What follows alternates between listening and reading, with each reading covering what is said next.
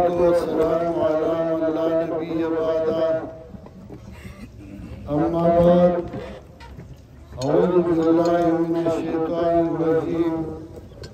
بسم الله الرحمن الرحيم تبت يدا أبي لهب وتب ما أغنى عنه ماله وما كسب سيصلى نارا ذات لهب وامرأته حمالة الحطب في جيدها حبل من مسد محترم حاضرین دا الله کرم او دا الله احسان دے چنن پدې مدرسه کې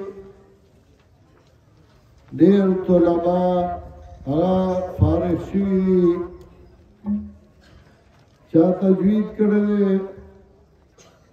چا کتابونه ویلي چا قرآن کریم حفظ کړی دا غیلا او دا غی مشرانو لا خپلوانو لا مبارکي ورکوم الله دې دا کورونه د خیر او د برکتونو نه ډک کړي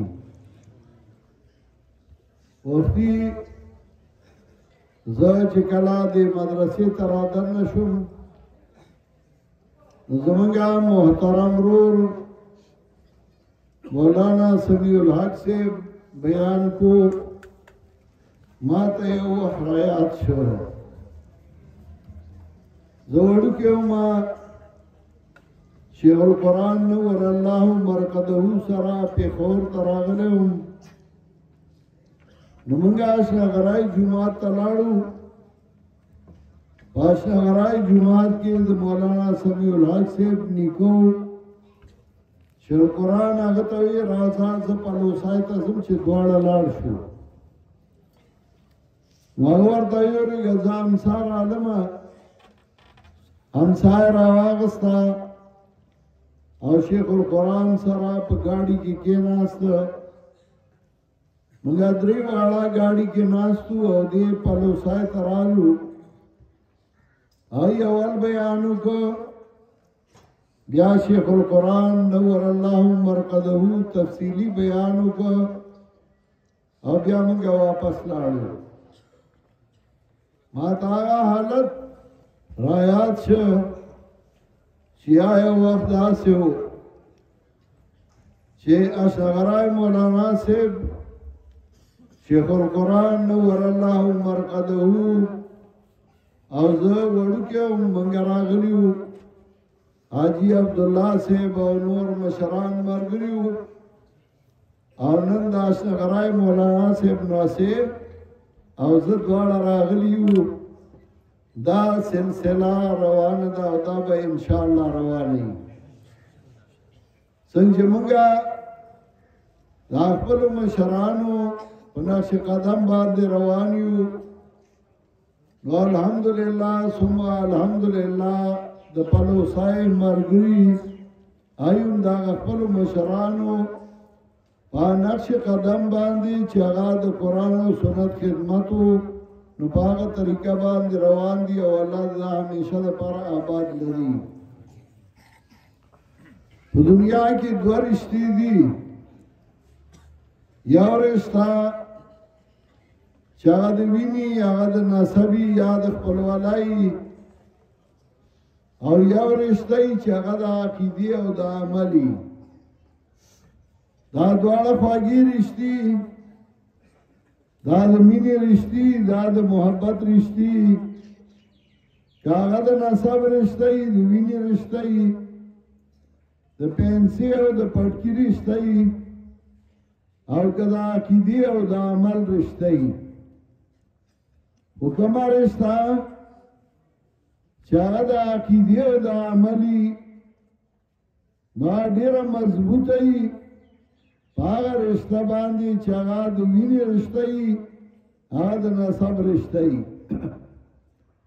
اور دا دیر مثالون موجود دی جناب رسول اللہ صلی اللہ علیہ وسلم دور دے یو جنگ کی یو صحابی دے حضرت سعد رضی اللہ تعالیٰ عنہ غطور چلی مہیلا والا یو سڑے راگے د چې هغه ته وکتل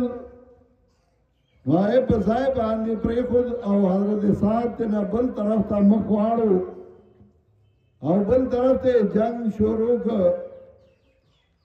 دا سړی دی بل طرف ته ورته راتاو شو. حضرت سعد رضی الله تعالی عنہ چې هغه ته وکتل نو زر یې ترنه مخ بل طرف ته واړو او بل خوا یې توره چالوله. دا سړی بیا راتاو شو دی بل طرف ته. حضرت سعد رضی الله تعالی عنہ چې په درېم ځالوري نو هغه ته وایي ته پوهه نه شوې ما دې دومره لحاظ وکړه او بیا هم ته د نبي علیه السلام مقابله کې ما له مخې له راځې او چې ګزار یې پې وکړه نو هغه سړي نه سر و د هغه سر لرې پرېوته او تنه یې د حضرت سعد په خپو کې پرېوته چې پته ولګي حضرت سعد رضی الله تعالی عنہ پلار و. ورته وی نسب خو مې تا سره شته رشتہ مې در سره شته خو د رسول الله صلی الله علیه وسلم مقابله کې ته ماله مخې له ولې راځې. دا رشتہ چې هغه د علم رشتہ وي هغه د عقیدې رشتہ وي هغه د عمل رشتہ وي نو هغه ډېره مضبوطه ده او ډېره بالا او ډېره بهتره ده. ما چې کوم سورت ولوسته په دې کې هم الله رب العزت د جناب رسول الله صلی الله علیه وسلم د نسب د رشتې ذکر کوي.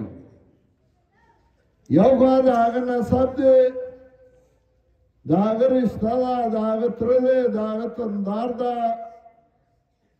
او بل طرف ته د عقیدې او د عمل خبره ده. رسول الله صلی الله علیه وسلم تر ابو لهب چې اول نبی علیہ السلام پیدا شو نو هغه وینځه آزاده کړې و. دوره خوشاله او بخل واره باندې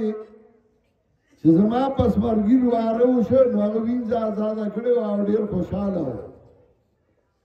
سو عبادت وینځه او هغه کې وینځه آزادول غلام آزادول دا یو لوی خیراتو. چې کله هغه تابعدار د رسول الله صلی الله علیه وسلم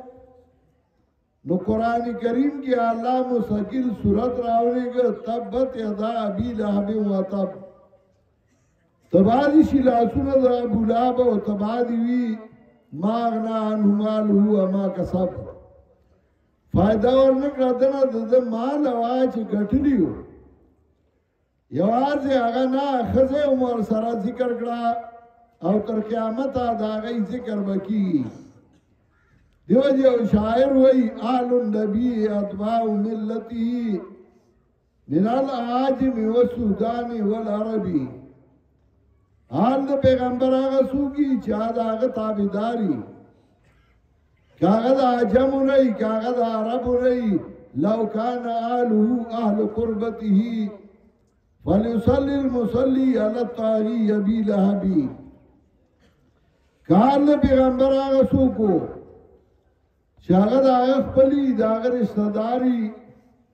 نو بیا ہوا ابو لہب باندې هم درودونه وایي نو خلق ځان له خپلوان ډېرئ رشتدار ډېرئ عزیزان ډېرئ او دا رشتدار خپلوان دوستان چې ډېرئ نو یو هغه په ورکړه راکړه باندې کېږي یو کور کې واده وکړي یا یو کور کې جنای ورکړي یا خاندان کې بچی پیدا کی او رشتہ ډیریږي.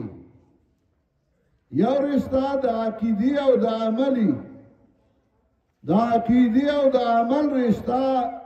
آپ دوه سيزونو باندې زیاتېږي. هغه دواړه رسول الله صلی الله علیه وسلم ته پریښودي حدیث کې راځي رسول الله صلی الله علیه وسلم فرمایي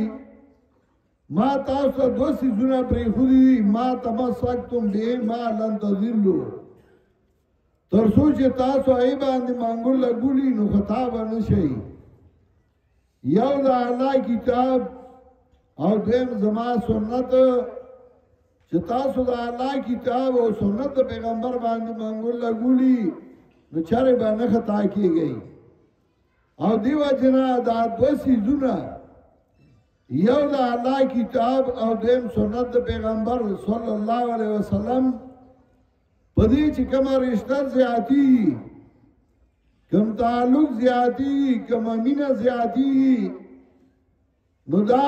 تعلق او دا مینا پاغبل رشتہ باندې نه زمونږ استاد هم دا تعلق دی چې د خدای کتاب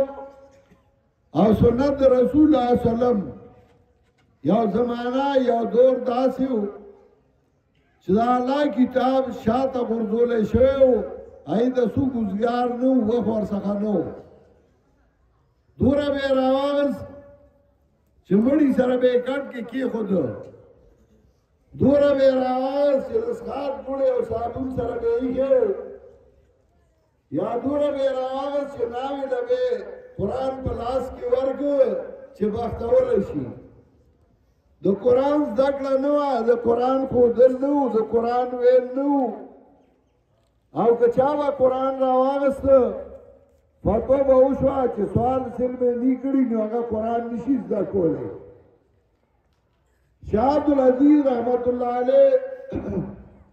چې کله د قرآن کریم ترجمه ولیکله نو په هغه باندې فتوی وشوې چې د قرآن ترجمه یې په بله ژبه کې لیکلې دې وجه نه دی کافر دی شیخ القرآن الله دې په رحمتونه ولیږي سن 1964 کې مردان ډي سي وغوښته نور مولیان هم راغلي وو پای کې ډېر اوږد بحث وشو مولیانو ډي سي ته وی دې زموږ یو خبره ومني موږ د ټولې مسلې منو ډي سي ورته وی دا یو خبره خو منه شیخ القرآن ورته وی کومه خبره دی دې ووایي نو هغوی ورته وی دې امیانو ته قرآن نه ښیي موږ د ټولې مسلې منو خدای دې امیانو ته قرآن نه ښیي ډي سي زما والد صاحب ته وکتل وی دا یو خبره یې ومنه ستا ټولې مني زما والد صاحب ورته وی الله وی هو الذي بعث في الأميين رسولا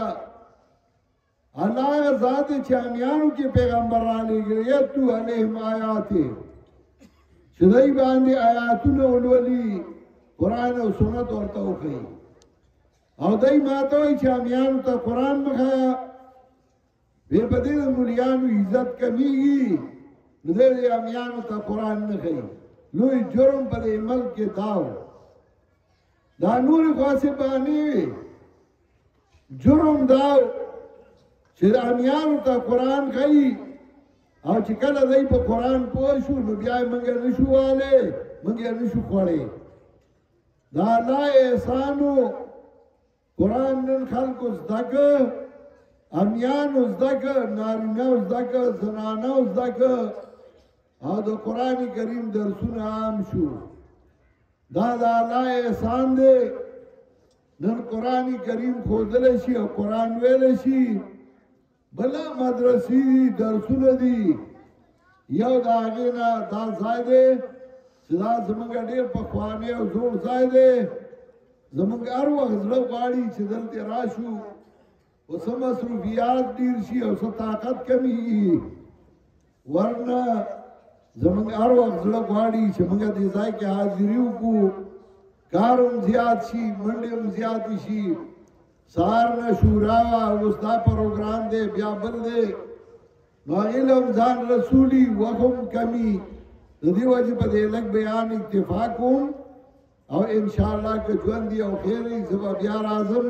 بیانونه خاصم زمانه مخکې مولانا سمیع الحق صاحب تفصیلي بیان وکړ زمونږ د پېښور امیر مولانا امیر جان صاحب تفصیلي بیان وکړ او که ژوند دی انشاءالله زه به بیا راځم او بیا به تفصیلي بیان کوم الله دې ما او تاسو له د عمل کولو توفیق راکړي واخر دعوانا ان الحمد لله رب العالمین دعا